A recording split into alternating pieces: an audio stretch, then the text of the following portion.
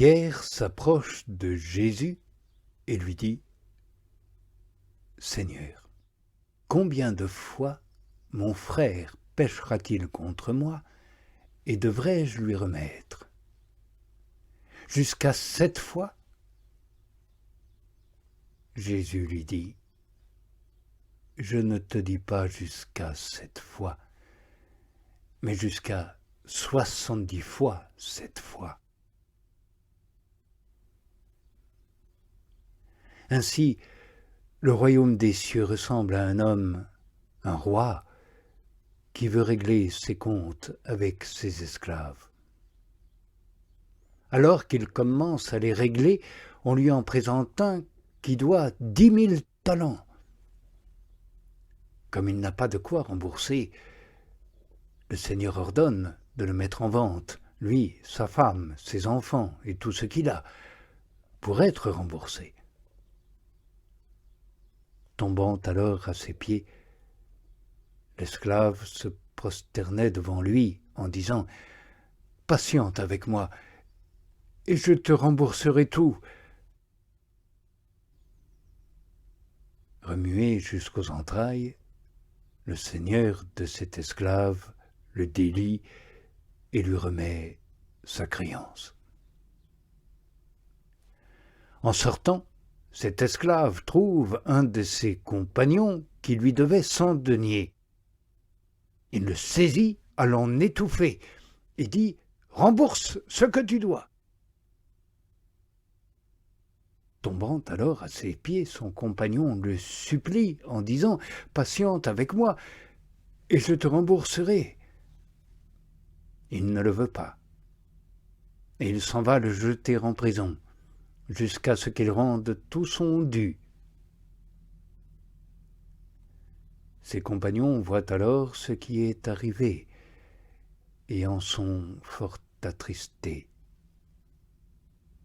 Ils viennent alors exposer à leur Seigneur tout ce qui est arrivé. L'appelant à lui, son Seigneur lui dit « Esclave mauvais, je t'ai remis toute cette dette parce que tu m'en as prié. Ne devais-tu pas, toi aussi, avoir pitié de ton compagnon, comme moi-même j'ai eu pitié de toi ?»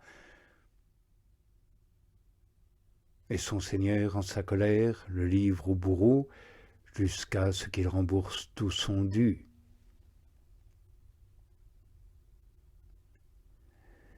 Ainsi fera aussi pour vous, mon Père céleste, si vous ne remettez pas chacun à son frère de tout votre cœur.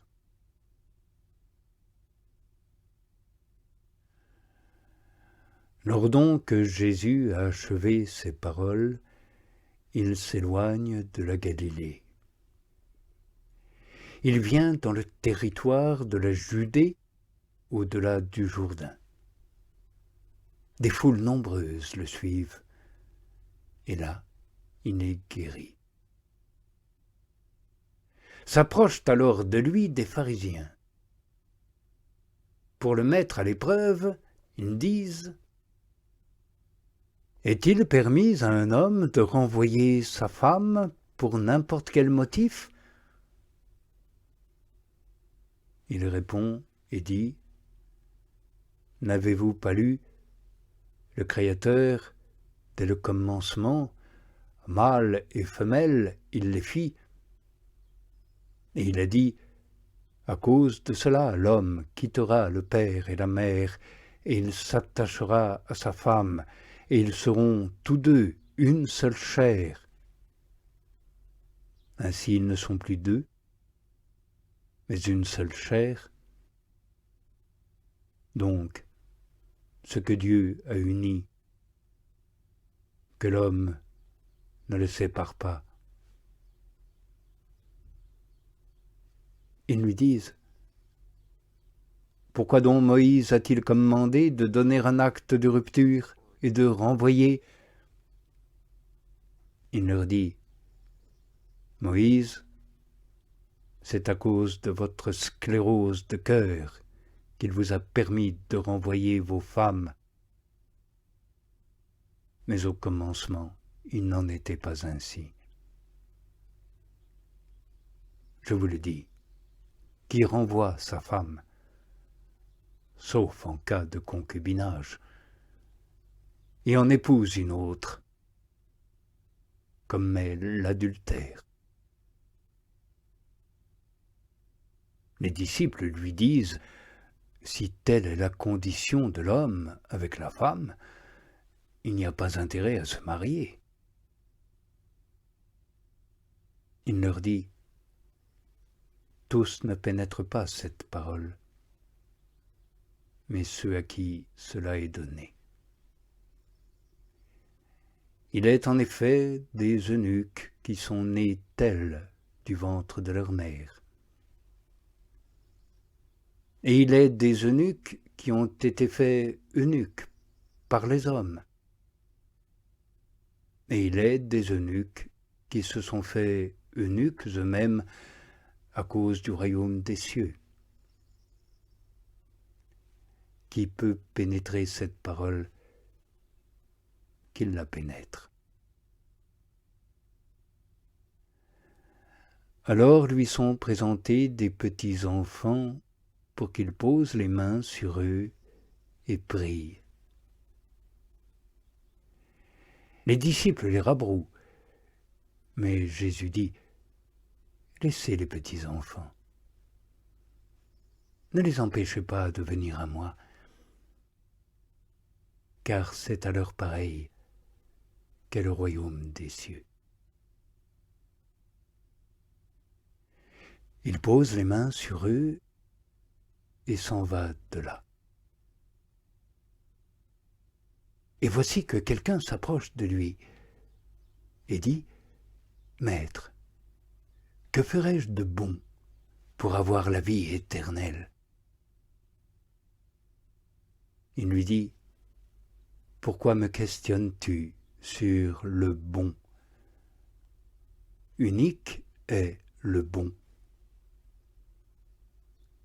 Si tu veux entrer dans la vie, garde les commandements. » Il lui dit, « Lesquels ?» Jésus dit, « Point ne tueras, point d'adultère ne commettra, point ne volera, point de faux témoignage ne portera.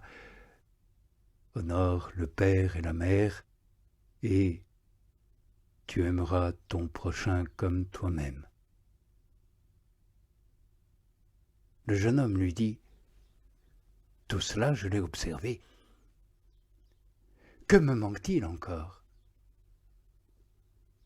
Jésus lui dit, « Si tu veux être parfait, va, vends tes biens et donne aux pauvres.